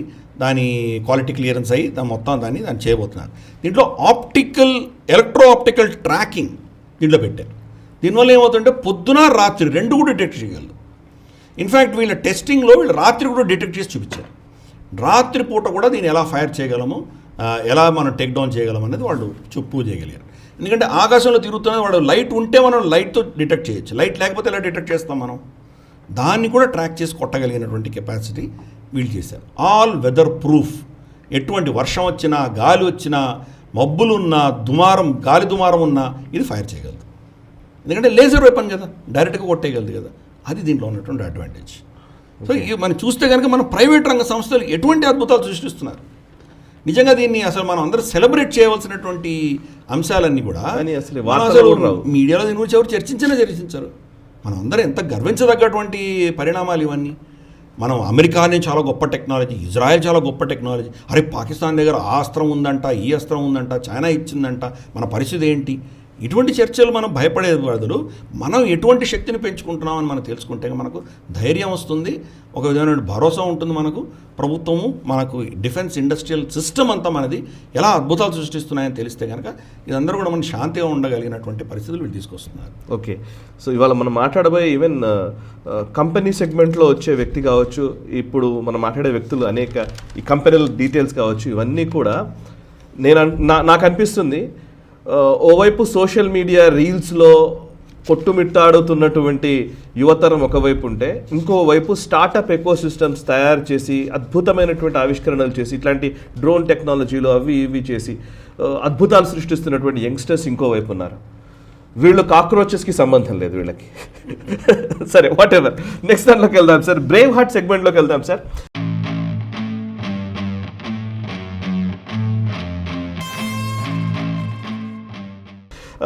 ప్రతి వారం మనము ఒక అద్భుతమైనటువంటి ఒక సైనిక చర్యల్లో పాల్గొన్నటువంటి కీలకమైనటువంటి వ్యక్తుల గురించి మనం డిస్కస్ చేస్తున్నాం. ఈ వారం కూడా మనము పరమవీర చక్ర అవార్డు పొందినటువంటి పోస్టమస్లీ ఆయనకు చనిపోయిన మరణానంతరం ఇచ్చినటువంటి పరమవీర చక్ర పొందినటువంటి వ్యక్తి. సో వారు కంపెనీ హవల్దార్ మేజర్ పిరూజ్ సింగ్ షెకావత్ గారు 1947-48 టైంలో తీత్వాల్, మనం పోయినటువంటి తీత్వాల్, అక్కడ శారదా అమ్మవారి గుడిని రవీంద్ర పండిట్ నిర్మించారు. సో తీత్వాల్లో ప్రాణత్యాగం చేసినటువంటి వ్యక్తి, మన బార్డర్స్ని పరిరక్షించడం, అది లాస్ట్ ప్లేస్. అది అఫ్కోర్స్ భారతదేశానికి సంబంధించి ఫస్ట్ ప్లేస్ ఇప్పుడు ఉన్న పరిస్థితుల్లో. అటువైపు అంతా పాకిస్తాన్ ఆక్రమిత మన భూభాగం అక్కడ కనబడుతూ ఉంటుంది, ఏమీ చేయలేని పరిస్థితుల్లోనే ఈరోజు ఉన్నాం. కానీ ఎస్, దానికోసమని ప్రాణాలు అర్పించినటువంటి వ్యక్తి ఈ పిరూజ్ సింగ్ షెకావత్ గారి గురించి చెప్తారా? మనకు కంపెనీ హవిల్దార్ మేజర్ పిరూజ్ సింగ్ షెకావత్, ఈయన 1918లో రాజస్థాన్లో జన్మించారు. ఈయన తర్వాత బ్రిటిష్ ఇండియాలో ఉన్నటువంటి ఆర్మీ, అప్పుడు ఉన్నటువంటి ఫస్ట్ పంజాబ్ రెజిమెంట్లో ఆయన చేరారు. చేరి ఆయన నార్త్ వెస్ట్ ఫ్రాంటియర్ ప్రావిన్స్, అంటే ఇప్పుడు ఉన్నటువంటి ఖైబర్ పఖ్తూన్ఖ్వా ప్రాంతంలో ఆయన సేవలు అందించారు బ్రిటిష్ ప్రభుత్వానికి. రెండవ ప్రపంచ యుద్ధం అయిపోయిన తర్వాత ఈయనని జపాన్కి పంపించారు. జపాన్లో ఉన్నటువంటి అప్పుడున్నటువంటి బ్రిటిష్ కామన్వెల్త్ ఫోర్స్ ఏదైతే ఉందో ఆక్యుపేషన్, అక్కడ జపాన్ సైన్యం ఓడిపోయిన తర్వాత బ్రిటిష్ కామన్వెల్త్ ఫోర్స్ వెళ్ళి అక్కడ దాన్ని వాళ్ళ అధీనంలో తీసుకున్నారు. దాని టీంలో ఈయనను పంపించారు. 1947లో భారత భూభాగం పార్టిషన్ అయిపోయిన తర్వాత, పాకిస్తాన్ ఏర్పడిన తర్వాత ఆయన మళ్ళీ భారతదేశాన్ని వెనక్కి పంపించిన తర్వాత ఆయన రాజ్పుటానా రైఫల్స్ 6th బెటాలియన్ రాజ్పుటానా రైఫల్స్లో ఆయనని నియమించడం జరిగింది. అది మనకు తెలుసు. ఇమ్మీడియట్గా మనకు పాకిస్తాన్తో యుద్ధం వచ్చింది జమ్మూ కాశ్మీర్లో. 1947లోనే యుద్ధం స్టార్ట్ అయింది. 48కి అది ఉధృతత పుంజుకుంది, మనకు తెలుసు. అది ఊడీ సెక్టర్లో ఈయన ఫస్ట్ డిప్లాయ్ చేశారు. ఊడీ సెక్టర్లో నుంచి ఈయనకు T12 సెక్టర్కి ఈయన ట్రాన్స్ఫర్ చేశారు. ఓకే, T12 సెక్టర్లో 2 కీలకమైనటువంటి ప్రాంతాలు అధీనంలో ఉన్నాయి. అక్కడి నుంచి వాళ్ళు ఫైరింగ్ చేస్తున్నారు. అక్కడి నుంచి ముందర కదలలేకపోతున్నాం మనం. కాబట్టి వీళ్ళ టీంకి అది క్లియరెన్స్ చేయమని చెప్పి వాళ్ళు ఆదేశాలు ఇవ్వడం జరిగింది. పాకిస్తాన్ చాలా అడ్వాంటేజ్ పొజిషన్లో ఉండింది. అది చాలా నేరోగా ఒక 3-4 మీటర్ల గ్యాప్ ఉన్నటువంటి ప్రాంతం నుంచే వీళ్ళు వెళ్ళాలి, వాళ్ళు దాన్ని జయించాలి. వాళ్ళు సరిగ్గా వ్యాంటేజ్ పాయింట్లో కూర్చొని అక్కడ మీడియం మషిన్ గన్స్ పెట్టి ఫైర్ చేస్తున్నారు. సో వీళ్ళు అటాక్ చేసేసరికి వీళ్ళ మీద జరిగిన దాడిలో రమారమి 51 సైనికులు ఫస్ట్ అటాక్లోనే చనిపోయారు. అందుకని వీళ్ళ టీం మొత్తం కొలాప్స్ అయిపోయింది. ఈయన కూడా స్ప్లింటర్స్ తగిలినాయి. ఆయనకు శరీరానికి గాయాలు తగిలినా కానీ బేఖాతరి ఆయన లెక్క చేయకుండా ఆయన ముందరకు వెళ్ళి ఈయనకున్నటువంటి గన్స్ తోటి, బాయోనెట్స్ తోటి వాళ్ళని చంపి ఒక MMG ఆయన అధీనంలో తీసుకున్నారు. ఆయన దాంతో మళ్ళీ రివర్స్ ఫైరింగ్ చేయడము, మన సైన్యం మీద ఫైరింగ్ చేస్తున్న వాళ్ళని ఆపేటువంటి ప్రయత్నం ఆయన చేశారు. కానీ అప్పటికి ఆయనకు అర్థమైంది ఏంటంటే కనుక తనతో వచ్చిన టీం అందరూ చనిపోయారు, ఈయన ఒక్కరే బతుకున్నారు. ఇప్పుడు ఏం చేయాలి? ఆయనకి ఇచ్చిన మిషన్ ఆయన ఒకరే దాన్ని పూర్తి చేయాలి. కాబట్టి నెక్స్ట్ బంకర్ మీద ఆయన గ్రానైట్స్తో దాడి చేస్తూ ఆయన ముందరకు వెళ్ళేసరికి ఈయన ముందరే ఒక గ్రానైట్ పేలి ఈయన మొహం అంతా కూడా రక్తసిక్తం అయిపోయింది. అయినా లెక్క చేయకుండా ఆయన 3వ బంకర్ని కూడా ఆయన స్వాధీనం చేసుకొని దాంట్లో ఉన్నటువంటి సైనికులను చంపేసి అది కూడా ఆయన కంప్లీట్గా ఆయన అధీనంలో తీసుకునేసరికి ఎక్కడి నుంచో వాళ్ళ స్నైపర్ ఫైర్ వచ్చి సరిగ్గా ఆయనకు తల మీద ఇక్కడ తగిలింది, నుదుటి మీద తగిలింది. ఆన్ ద స్పాట్ ఆయన చనిపోయారు. కానీ ఆ మిషన్ని ఆయన అకంప్లిష్ చేశారు కాబట్టి ఇప్పటికి కూడా మనకు లైన్ ఆఫ్ కంట్రోల్ ఏదైతే ఉందో T12లోనే ఉంది మనకి.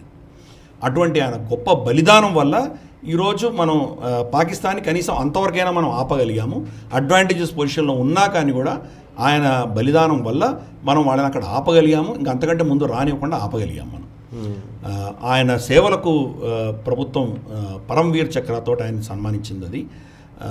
కాబట్టి ఆఫ్ కోర్స్ మనకు పరమవీర చక్ర పేరిట మనకు షిప్పింగ్ కార్పొరేషన్ ఆఫ్ ఇండియా అందరి పరమవీర్ చక్ర పేరిట వాళ్ళు చాలా షిప్పులు తయారు చేశారు. అవన్నీ కూడాను 25 ఏళ్ల తర్వాత డీకమిషన్ కూడా అయిపోయినాయి.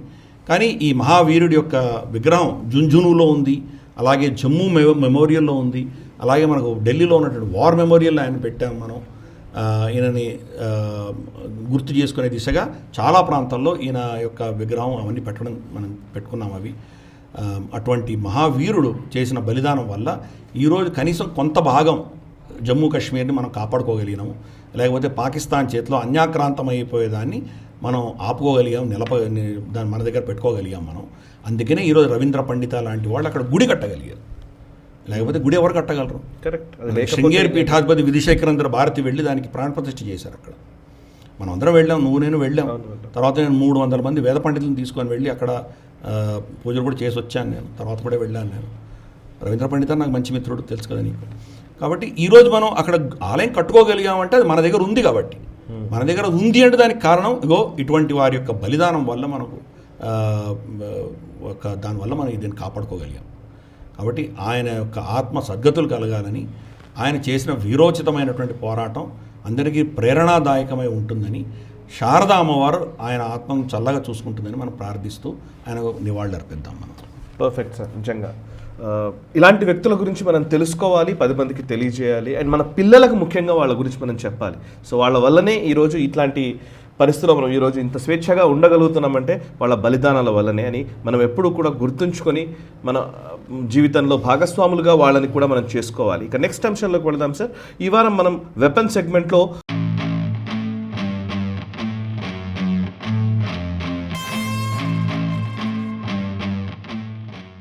హై స్పీడ్ లో డ్రాగ్ బాంబ్ గురించి మాట్లాడాలి. డిఆర్డిఓ డెవలప్ చేసినటువంటి బాంబ్ ఇది. హై స్పీడ్ లో డ్రాగ్ HSLD అంటారు. దీని వివరాలు ఏంటి, దీని స్పెసిఫికేషన్స్, ఏ విధంగా దీన్ని వాడతారు, ఒకసారి డీటెయిల్స్ చెప్తారా? ఇది ఎయిర్ క్రాఫ్ట్లో నుంచి లాంచ్ చేసేటువంటి మ్యూనిషన్. ఇది దాని పేరులో ఉంది, హై స్పీడ్ లో డ్రాగ్. డ్రాగ్ అంటే ఏంటి? బాంబు మనం ఫైర్ చేసినప్పుడు రెసిస్టెన్స్ ఉంటుంది. ఎందుకంటే ఇది గాలికి విపరీతంగా దాన్ని ఎదురుపోతుంది. ఎదురుపోయినప్పుడు గాలి దీన్ని పుష్ చేస్తుంది. ఇది పోయే కొద్దీ రెసిస్టెన్స్ ఉంటుంది. రెసిస్టెంట్ ఉంది కాబట్టి దాని కోన్లో మనకు హీట్ ఎక్కువ, విపరీతంగా హీట్ ఉంటుంది. అన్ని బాంబులకు ఇదే పరిస్థితి మనకి. కానీ దీని డిజైన్ ఎలా ఉంటుందంటే దాని మీద ఇంపాక్ట్, ఈ డ్రాగ్ అనేది చాలా తక్కువ ఉంటుంది. ఈ యొక్క రెసిస్టెన్స్ డ్రాగ్ చాలా తక్కువ ఉంటుంది. హై స్పీడ్లో వెళ్తూ ఉంటుంది. హై స్పీడ్ లో డ్రాగ్ బాంబ్ ఇది.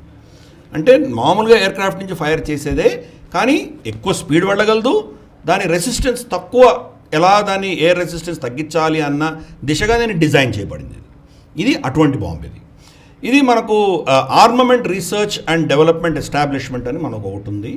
వాళ్ళు రీసెర్చ్ చేసి మన భారతీయ డిఆర్డిఓకి సంబంధించినటువంటి సంస్థ, వాళ్ళు దీన్ని డిజైన్ చేశారు. ఫైనల్గా మ్యూనిషన్స్ ఇండియా లిమిటెడ్, మనం గతసారి కంపెనీ సెగ్మెంట్లో మ్యూనిషన్స్ ఇండియా గురించి కూడా మనం చర్చించాం. మనం ఆ మ్యూనిషన్స్ ఇండియా దీన్ని ప్రొడ్యూస్ చేస్తుంది. దీనికి ప్లాట్ఫామ్స్ ఆఫ్ కోర్స్ దీంట్లో చాలా వేరియంట్స్ ఉన్నాయి. 250 కిలో, అలాగే మనం 450 కిలోస్, 500 కిలో, 3 డిఫరెంట్ వెయిట్ ఉన్నటువంటి బాంబులు దీంట్లో పెట్టగలిగినటువంటి కెపాసిటీ దీనికి ఉంది. ఈ పర్టికులర్ మ్యూనిషన్ ఇటువంటి పెట్టి తీసుకెళ్ళచ్చు. దీంట్లో మనకు జగ్వార్ కానీ, మనకు సుఖాయ్ 30 MKI కానీ, లేదా మనకు మనకు 29 కానీ, లేదా మనకు తేజస్ కానీ, వీటిలన్నింటిలో కూడా దీన్ని పెట్టి మనం ఫైర్ చేయగలం. మనం రమారమి 30 కిలోమీటర్స్ దూరం దాకా ఫైర్ చేయగలదు. 10 కిలోమీటర్ ఆల్టిట్యూడ్ పైన ఉన్నటువంటి 10 కిలోమీటర్ల దాకా కొట్టగలదు. కాబట్టి డిఫరెంట్ రేంజెస్లో దాని బరువు బట్టి ఎటువంటి బాంబును వాడుతున్నామో దాని ఆధారంగా ఇది వెళ్ళి కొట్టగలిగినటువంటి ఒక అస్త్రం. ఇది మనకు ఇజ్రాయెల్ నుంచి స్కాల్ప్ అని మనం కొనుక్కున్నాం. మనం స్కాల్ప్ని రీప్లేస్ చేయడానికి మన దేశంలో తయారు చేసినటువంటి బాంబు ఇది. దీన్ని ఇప్పుడు క్రమేపీ అనుసంధానం చేసుకుంటూ వెళ్తున్నాం. దీంట్లో ప్రతి ఎయిర్ క్రాఫ్ట్లో దీన్ని మనం ఇంటిగ్రేట్ చేసుకుంటూ వెళ్తున్నాం. సో ఇప్పుడు డెసాల్ట్ రఫైల్లో ఇంకా ఇంటిగ్రేట్ అవ్వలేదు. నెక్స్ట్ లెవెల్లో అది కూడా ఇంటిగ్రేట్ అవుతుంది. ఇది మన ఓన్ దేశంలో తయారైనటువంటిది. ఆల్మోస్ట్ మ్యాక్ 1.1 స్పీడ్లో వెళ్తుంది ఇది. ఇది ఆఫ్ కోర్స్ నేటో అమ్యునిషన్ కావచ్చు, రష్యన్ అమ్యునిషన్ కావచ్చు, రెండింటిని ప్రేరణగా తీసుకొని మనమే తయారు చేసినటువంటి ఒక అస్త్రం ఇది. అంటే గతంలో ఓన్లీ ఇంపోర్ట్ ఆధారంగా మనం ఈ దిగుమతి చేసుకుంటేనే గతి లేదు అన్న పరిస్థితి నుంచి ప్రత్యామ్నాయం మన దగ్గర ఉంది. ఈరోజు ప్రత్యామ్నాయాలు తెచ్చుకోగలుగుతున్నాము, దాంట్లో హై ఇంజనీరింగ్ పెట్టగలుగుతున్నాం. గత వారం మనం తారా అని ఒక దాని గురించి మాట్లాడాం. మనం తారా అనేది ఒక టెస్ట్ అయింది. తారా ఏం చేస్తుందంటే ఇటువంటి బాంబులని ప్రెసిషన్గా కన్వర్ట్ చేస్తుంది. ఓకే, ఇది మామూలుగా ఫైర్ చేస్తే కనుక కోఆర్డినేట్స్ ఇస్తాం, కొడతాం, అది స్పీడు, డైరెక్షను, కోఆర్డినేటర్, వెక్టర్స్ తీసుకొని వెళ్ళి కొట్టొస్తుంది. కానీ దాంట్లో ఏదైనా ప్రాబ్లమ్స్ వచ్చినా కానీ కూడా దాన్ని గైడ్ చేసి దాన్ని పర్ఫెక్ట్ గైడెడ్ అమ్యునిషన్గా కొట్టగలిగినటువంటి అడిషనల్ దీంట్లో బూస్టింగ్ వచ్చి తారా సిస్టమ్ పెడతాం. సో తారా సిస్టమ్ పెట్టామంటే దీని యొక్క కెపాసిటీ అన్నది ప్రెసిషన్ గైడెడ్గా మారిపోతుంది. ఓకే, ఇప్పుడు ఓన్లీ దాని హై స్పీడ్ లో డ్రాగ్ మాత్రమే, హై స్పీడ్ లో డ్రాగ్ ప్రెసిషన్ మ్యూనిషన్గా తయారవుతుంది తారా యాడ్ చేస్తే. కాబట్టి ఇవన్నీ కూడా మన దేశంలో తయారైనటువంటి ఎక్విప్మెంట్. ఇది విదేశాల్లో ఉన్నటువంటి వాటికి ప్రత్యామ్నాయం, ఇంపోర్ట్ సబ్స్టిట్యూషన్ చేసుకున్నాం మనం. ఇది అఫ్కోర్స్ ఇంకా నెక్స్ట్ 1000 కిలో బాంబుకి ట్రయల్స్ జరుగుతున్నాయి. ఆల్రెడీ సక్సెస్ అయ్యే కొంత మేరకు ఇండక్ట్ చేయవలసి ఉంది. అది కూడా ఇండక్షన్ అయిపోయిందంటే కనుక బహుశా కొన్ని 250 కిలోస్ 450 కిలోస్ మనం ఎక్స్పోర్ట్ మార్కెట్లో కూడా దీన్ని మనం తీసుకొచ్చేటువంటి అవకాశాలు లేకపోతే. సరిగ్గా లాస్ట్ సెగ్మెంట్ కంపెనీ సెగ్మెంట్లోకి వెళ్దాము.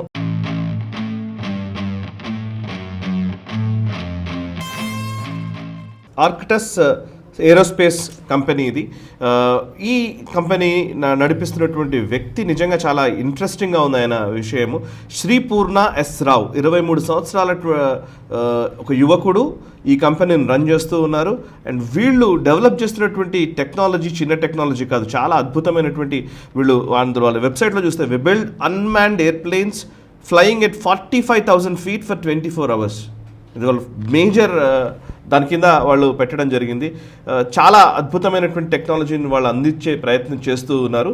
సో ఈ కంపెనీ గురించి మనం చెప్తారా సార్ ఒకసారి? నిజంగా ఈ కంపెనీ ఆర్కిటస్ అన్నది అంటే ఇంకా అబ్బాయి 23 years, 23 ఏళ్ళే. కరెక్ట్. అంటే ఆ సమయంలో కాలేజ్ నుంచి బయటకు వస్తున్నటువంటి పిల్లలందరూ ఉద్యోగాల కోసం వెతుకుతుంటారు, క్యాంపస్ ప్లేస్మెంట్ కోసం. మీరు ఎప్పుడు అంటుంటారు కదా క్యాంపస్ ప్లేస్మెంట్స్ గురించి. ఇందాకనే మీరు ఇందాక కార్లోనే మీరు చెప్తున్నారు, ఈవెన్ అది కూడా మీరు ఎక్స్ప్లెయిన్ చేయాలి ప్లీజ్. కరెక్ట్. మనకు ఇంజనీరింగ్ కాలేజ్లో వెళ్ళి చూసామంటే పెద్ద పెద్ద బోర్డ్స్ ఉంటాయి, ఎన్ని క్యాంపస్ ప్లేస్మెంట్ చేశారు, ఎన్ని కంపెనీల్లో ఇచ్చారు, యావరేజ్ యాన్యువల్ శాలరీ ఎంత వచ్చింది, ఇవే ఉంటాయి అక్కడ బోర్డులు అంతా. కానీ ఆ కాలేజీలో పనిచేసి స్వచ్ఛందంగా కంపెనీలు పెట్టుకొని ఉన్నటువంటి సక్సెస్ స్టోరీస్ గురించి వాళ్ళు ఎందుకు మాట్లాడరు? వాళ్ళు కాలేజ్ చదువుతున్న పిల్లలకి ప్రేరణ ఏంటి వాళ్ళకు? అంటే ఏదో కెల్లాగ్స్, గూగుల్, ఏవో ఈ ఐటీ కంపెనీల్లో వాళ్ళకి ఉద్యోగాలు వస్తేనే పరమావధి కింద ఫిక్స్ అయ్యారు. కాకుండా సొంతంగా వాళ్ళే ఏదైనా చేసుకుందామన్నటువంటి ప్రేరణ వాళ్ళకి ఎక్కడి నుంచి వస్తుంది పిల్లలకి? టీచర్లు కానీ, అక్కడ ఉన్నటువంటి ఎకో సిస్టమ్ కానీ, లేదా వాళ్ళ తల్లిదండ్రులు కానీ, వీళ్ళందరూ కూడా క్యాంపస్ ప్లేస్మెంట్కి వెళ్ళు, ఉద్యోగం సంపాదించుకో, స్టేబుల్గా ఉండు. వీళ్ళ తల్లిదండ్రులు కూడా అలాగే చెప్పారు. శ్రీపూర్ణ ఎస్ రావు తల్లిదండ్రులు కూడా అలాగే చెప్పారు. అందరి తల్లిదండ్రులు లాగానే, బాబు నువ్వు ఎందుకు వేస్ట్ చేసుకుంటావు నైనా, దీంట్లో అంతా వెళ్ళామంటే నీకు నష్టపోతావు, వద్దు, క్యాంపస్ ప్లేస్మెంట్ చూసుకో, హాయిగా ఉద్యోగం చేసుకొని సెటిల్ అవ్వు అని చెప్పి చాలా ఒత్తిడి తీసుకొచ్చారు ఆయన ఆ అబ్బాయి మీద. ఆ అబ్బాయి ససేమిరా అన్నాడు. ససేమిరా అని చెప్పి నాకున్నటువంటి డ్రీమ్, నేను ఒక ఎయిర్క్రాఫ్ట్ తయారు చేస్తాను, ఈ ఏరోనాటికల్ ప్లాట్ఫామ్స్ నేను తయారు చేస్తానని చెప్పేసి కష్టపడితే అతనికి గ్రాడ్ క్యాపిటల్ అని చెప్పేసి ఒక వెంచర్ క్యాపిటలిస్ట్ వాళ్ళు ఫస్ట్ కాలేజ్లో ఉండగానే $4,000 అతనికి ఇచ్చారు. అంటే వాళ్ళు ఇన్వెస్ట్ చేస్తారు, కొత్త కొత్త ఐడియాస్ ఉన్న వాళ్ళకి ఇన్వెస్ట్ చేస్తారు. $4,000 ఇచ్చారు. $4,000 ఇస్తే ప్రోటోటైప్స్, అతను ఇచ్చిన ప్రోటోటైప్స్ అవన్నీ చూసి వాళ్ళు ఇంప్రెస్ అయ్యి $40,000 అతనికి శాంక్షన్ చేశారు. సో ఈ ఫండింగ్ రాగానే ఆ ఫండింగ్ తోటి అతను ఒక అన్మాన్డ్ ప్లాట్ఫామ్ తయారు చేసి హై ఆల్టిట్యూడ్, అంటే ఫస్ట్ ఆ అబ్బాయి తయారు చేసింది మీడియం ఆల్టిట్యూడ్, మీడియం ఎండ్యూరెన్స్, ఇవి అన్మాన్డ్ ప్లాట్ఫామ్ తయారు చేశాడు అతను. తర్వాత మళ్ళీ అతనికి ఫండింగ్ రావడం మొదలుపెట్టింది. ఫండింగ్ వచ్చిన తర్వాత అంటే మనకు గూగుల్ వాళ్ళు ఏదో గరాజ్లో తయారు చేశారు, లారీ పేజు, సర్గే బ్రిన్, గరాజ్ నుంచి తయారయ్యి ఇప్పుడు మల్టీ ట్రిలియన్ కంపెనీ అయింది. ఈ సక్సెస్ స్టోరీస్ మాట్లాడతాం కదా, ఈ అబ్బాయి సక్సెస్ స్టోరీ చూద్దాం. ఒక 3 bedroom హౌస్లో వీళ్ళు స్టార్ట్ చేశారు. ఒక బెడ్రూమ్లో వాళ్ళ టీం అందరూ పడుకునేవాళ్ళు, ఇంకో బెడ్రూమ్లో సామాన్ పెట్టుకునేవాళ్ళు, ఎక్విప్మెంట్, హాల్లో అసెంబ్లీ చేసుకునేవాళ్ళు. అటువంటి పరిస్థితి నుంచి ఇప్పుడు 25,000 feet ఉన్నటువంటి ఒక స్పేస్ తీసుకున్నారు, అక్కడ అసెంబ్లీ చేస్తున్నారు. ఇందాక నువ్వు చెప్పినట్టు వాళ్ళ అచీవ్మెంట్ ఏంటంటే 45,000 అడుగుల ఎత్తున 24 గంటలు తిరగగలిగినటువంటి అన్మ్యాన్డ్ ప్లాట్ఫామ్ వాళ్ళు తయారు చేయగలిగారు. దీంట్లో వీళ్ళకు ఉన్నటువంటి స్పెషాలిటీ ఏంటంటే ఫోటోగ్రాఫ్స్. ఇప్పుడు మనకు చూస్తున్నాము, మనకు ఏదైనా ఇప్పుడు ఫర్ ఇన్స్టెన్స్ మనం పాకిస్తాన్లో కొట్టొచ్చాం, దానికి మనకు శాటిలైట్ ఇమేజరీ కావాలి. ఎవరి మీద ఆధారపడాలి? అమెరికా బేస్డ్ చాలా ప్రైవేట్ శాటిలైట్ కంపెనీలు ఉన్నాయి, వాళ్ళ మీద ఆధారపడాలి. వాళ్ళకి 300-400 శాటిలైట్స్ తిరుగుతున్నాయి ఆకాశంలో. వాటి ఆధారంగా మనకు కావాలి. వాళ్ళు మనకి ఇవ్వదలుచుకుంటే ఇస్తారు, లేదనుకుంటే ఇవ్వరు. ఫర్ ఇన్స్టెన్స్ ఇప్పుడు మనకు 15 స్థావరాల మీద దాడులు చేశారు గల్ఫ్లో, ఇరాన్ దాడి చేసింది. ఆ శాటిలైట్ ఇమేజ్ ఇంత దాకా మనకు రాలేదు, అమెరికా దాన్ని సెన్సర్ చేసింది, బయటికి రావట్లేదు. కానీ అటువంటి పరిస్థితి మనకు కనుక కావాలి అనుకుంటే కనుక ఈ అబ్బాయి చేసేటువంటి ఏవైతే ప్లాట్ఫామ్స్ ఉన్నాయో అవి ఆకాశంలోకి ఎగిరి పిన్ పాయింట్ ప్రెసిషన్ తోటి పర్ఫెక్ట్ ఆన్లైన్ డేటా ఇవ్వగలదు, క్లియర్ కట్ ఇమేజెస్ ఇవ్వగలదు. అటువంటి ప్లాట్ఫామ్స్ ఆ అబ్బాయి తయారు చేశాడు. అంటే ఇవి రేడార్కి దొరకవా? ఎట్లా రేడార్కి దొరకచ్చు, బట్ దానికి కౌంటర్ మెషర్స్ ఉంటాయి. ఇప్పుడే కదా మొదలు పెట్టాడు అబ్బాయి. సో అందుకని ఈ ప్లాట్ఫామ్స్ ఫర్ ఇన్స్టెన్స్ దూరంగా ఉండొచ్చు. మనకు ఆకాశంలో ఎగిరే కొద్దీ విజువల్ ఏరియా స్పాన్ పెరుగుతుంది. మనం ఇక్కడ చూసామంటే మనకి ఇంతవరకే కనిపిస్తుంది, పైకి వెళ్ళామంటే మిద్ది మీదకి వెళ్ళామంటే మనకు ఇంకా చాలా ప్లేస్ కనిపిస్తుంది. ఆకాశంలో ఎగిరితే మనం ఫ్లైట్లో వెళ్తే చూస్తాం కదా ఎంత దూరం కనిపిస్తుంది. కనీసం అంటే ఇటు ఒక 50 కిలోమీటర్లు, అటు ఒక 50 కిలోమీటర్లు చూడొచ్చు. 45,000 feet వెళ్తే మన కమర్షియల్ ఎయిర్లైన్స్ అన్నీ కూడా, మనం వెళ్ళే ఫ్లైట్స్ అన్నీ కూడా ఢిల్లీకి, ఇతరత్ర ఎక్కడ విశాఖపట్నం, బాంబే ఎక్కడికి వెళ్ళే ఫ్లైట్స్ అన్నీ కూడా 30,000 అడుగులు వెళ్తాయి. 30 నుంచి 33,000 వెళ్తాయి. 45,000 అడుగులు, అంతకంటే 15,000 అడుగులు పైన వెళ్తుంది ఈ ఫ్లైట్. అక్కడి నుంచి దానికి ఎంత విజన్ ఉందో చూడొచ్చు. ప్లస్ అతను పెట్టిన ఎలక్ట్రో ఆప్టికల్ సెన్సర్స్ ఏవైతే ఉన్నాయో ఫోటోగ్రాఫ్స్ అద్భుతంగా ఇవ్వచ్చు, పిన్ పాయింట్ ప్రెసిషన్తో ఇవ్వచ్చు, తక్కువ ఖర్చుతో. ఈ 300-400 శాటిలైట్స్ స్పేస్లో పెట్టాల్సిన అవసరం లేదు. ఎప్పుడు కావాలంటే అప్పుడు టేక్ ఆఫ్ అవుతాడు, ఫోటోలు తీస్తాడు, మనకి ఇస్తాడు. అఫ్కోర్స్ ప్రతిదీ యుద్ధం యాంగిల్లోనే చూడక్కర్లేదు. కరెక్ట్. ఫర్ ఇన్స్టెన్స్ మనం దానికి కావాల్సినటువంటి ఆయిల్ అండ్ గ్యాస్కి సంబంధించి మనకు ఏదో ఎక్స్ప్లోరేషన్ కావాలి, అగ్రికల్చర్కి కావాలి, మున్సిపాలిటీకి కావాలి, చాలా సివిలియన్ అప్లికేషన్స్ కూడా ఉన్నాయి. అలాగే ఆర్మీకి సంబంధించి వాళ్ళు శాటిలైట్ ఇమేజెస్ ఇవ్వచ్చు. ఫర్ ఇన్స్టెన్స్ ఇప్పుడు మన స్పేస్లోనే ఎగురుతూ చైనాలో చైనాలో ఒక 50-100 కిలోమీటర్ల దూరం దాకా వాళ్ళ క్యాంప్స్ ఏం చేస్తున్నారు, వాళ్ళ మూమెంట్స్ ఎలా ఉన్నాయి, ఆ డీటెయిల్స్ అన్నీ ఇవ్వచ్చు కదా. కంటెస్టెడ్ టెరిటరీలోకి వెళ్ళలేదు, మన టెరిటరీలోనే ఉండి ఇవ్వచ్చు. కాబట్టి అటువంటి ప్లాట్ఫామ్ ఇది ఇన్ఫ్యాక్ట్ ఫస్ట్ సక్సెస్ స్టోరీ వీళ్ళది. నెక్స్ట్ దీంట్లో స్టెల్త్, దీంట్లో స్పీడ్, దీంట్లో ఇవన్నీ కూడా తీసుకొచ్చేటువంటి అవకాశాలు ఉన్నాయి. మొదటి సంవత్సరం వాళ్ళ ఆపరేషన్స్ మొదటి సంవత్సరంలోనే $2.6 మిలియన్ వీళ్ళకి ఫండింగ్ వచ్చింది. చిన్న పిల్లవాడు, తల్లిదండ్రులు మన అందరి తల్లిదండ్రులు లాగానే క్యాంపస్ ప్లేస్మెంట్కి వెళ్ళు అని చెప్తున్నటువంటి దాన్ని తిరస్కరించి అబ్బాయి స్టార్ట్ చేస్తే ఇంత సక్సెస్ వచ్చింది అతనికి. ఇప్పుడు చూస్తే దాంట్లో మనం version on ventures, south park Commons, grad capital, ఇటువంటి పెద్ద పెద్ద వెంచర్ క్యాపిటల్స్ అందరూ తనతో ఇన్వెస్ట్ చేస్తున్నారు. తిప్పి కొడితే 23 సంవత్సరాలు. సో మన దేశంలో ఎటువంటి సక్సెస్ స్టోరీస్ ఉన్నాయి. జెన్జీ అంటే ఇది. జెన్జీ అంటే మనకు కాఠ్మండూలో తగలబెట్టిన జెన్జీ కాదు. కరెక్ట్. మనకు రాహుల్ గాంధీ జెన్జీ లేచి రాండి తగలబెట్టండి, మనకు ఆమ్ ఆద్మీ పార్టీ అరవింద్ కేజ్రీవాల్ చెప్తున్నారు కదా, అది జెన్జీ కాదు, ఇది జెన్జీ. ఫ్యూచరిస్టిక్ ఆలోచన చేయగలుగుతున్నారు, వాళ్ళ తల్లిదండ్రులు చేయాలని వీళ్ళు చేయగలుగుతున్నారు. ఇది మన పిల్లల సక్సెస్ స్టోరీ, ఇది మనం తెలుసుకోవాలి. అందుకనే మన ప్రేక్షకులు కూడా మనం చెప్పగలిగింది ఏంటంటే, మీ పిల్లలు వాళ్ళ డ్రీమ్స్ ఏవో దాన్ని మీరు ఆపకండి, చేతనైతే సహాయం చేయండి వాళ్ళకి. వాళ్ళని భయపెట్టి మీరు దీనికి వెళితే కదా నష్టపోతారు, మీరు అలాగే మేము ఎలా చేసామో మీరు అలాగే ఊడిగించేయండి అని చెప్పకండి. మన దేశంలో ఆంటర్‌ప్రెన్యూర్‌షిప్ కావాలి. అలాగే అకాడమియా కాలేజెస్కి నేను విన్నపం ఏంటంటే, మీ కాలేజ్ నుంచి బయటికి వచ్చి స్వచ్ఛందంగా వాళ్ళు కనుక వ్యాపారాలు పెట్టినటువంటి మీ స్టూడెంట్స్ ఎవరైతే ఉన్నారో వాళ్ళని మీరు ఫస్ట్ ఆనర్ చేయండి. మా కాలేజీలో చదివి వెళ్ళినటువంటి వాళ్ళు ఈ సంస్థలు పెట్టారు అని చెప్పి వాళ్ళు ఆనర్ చేయాలి. ప్లేస్మెంట్లు చెప్పడం కాదు, ఎంతమంది టెక్నాలజీ కూలీలను తయారు చేసామని చెప్పడం కాదు, ఎంతమంది ఆంటర్‌ప్రెన్యూర్స్ని తయారు చేసామని గర్వంగా చెప్పండి మీరు. Super sir, super. Right sir, thank you very much Giridhar గారు. చాలా అద్భుతంగా చాలా విషయాలు మీరు వివరించారు. Really thank you very much sir. So చూసారు కదా, ఇది ఈ వారం క్షాత్రం ఎపిసోడ్. వచ్చే వారం క్షాత్రంలో మళ్ళీ కలుద్దాము. అంతర్జాతీయ పరిణామాల్ని, రక్షణ రంగ వ్యవహారాల్ని, అదేవిధంగా జాతీయ స్థాయిలో ఉన్నటువంటి అనేక అంశాలని ఎప్పటికప్పుడు మీకు అందిస్తూ సాగుతున్నటువంటి నేషనలిస్ట్ హబ్ ప్రస్థానం మనసా వాచా కర్మణ దేశ హితం కోసం కొనసాగుతోంది. ఈ ప్రయత్నాన్ని ఆదరించండి, ఈ వీడియోని లైక్ చేయండి, 10 మందికి షేర్ చేయండి, కమెంట్స్ ద్వారా మీ అభిప్రాయాలు మాతో పంచుకోండి. మనసా వాచా కర్మణ దేశ హితం కోసం నేషనలిస్ట్ హబ్. ఈ వీడియో మీకు నచ్చినట్టయితే లైక్ చేయండి, 10 మందికి షేర్ చేయండి, అలాగే కామెంట్ల రూపంలో మీ అభిప్రాయాలను మాతో పంచుకోండి. Nationalist hub group of channels ను సబ్స్క్రైబ్ చేసుకుని తెలుగునాట జాతీయవాద జర్నలిజాన్ని ప్రోత్సహించండి. ఈ వీడియో కింద ఉన్న బెల్ ఐకాన్ పై క్లిక్ చేయడం మర్చిపోవద్దు.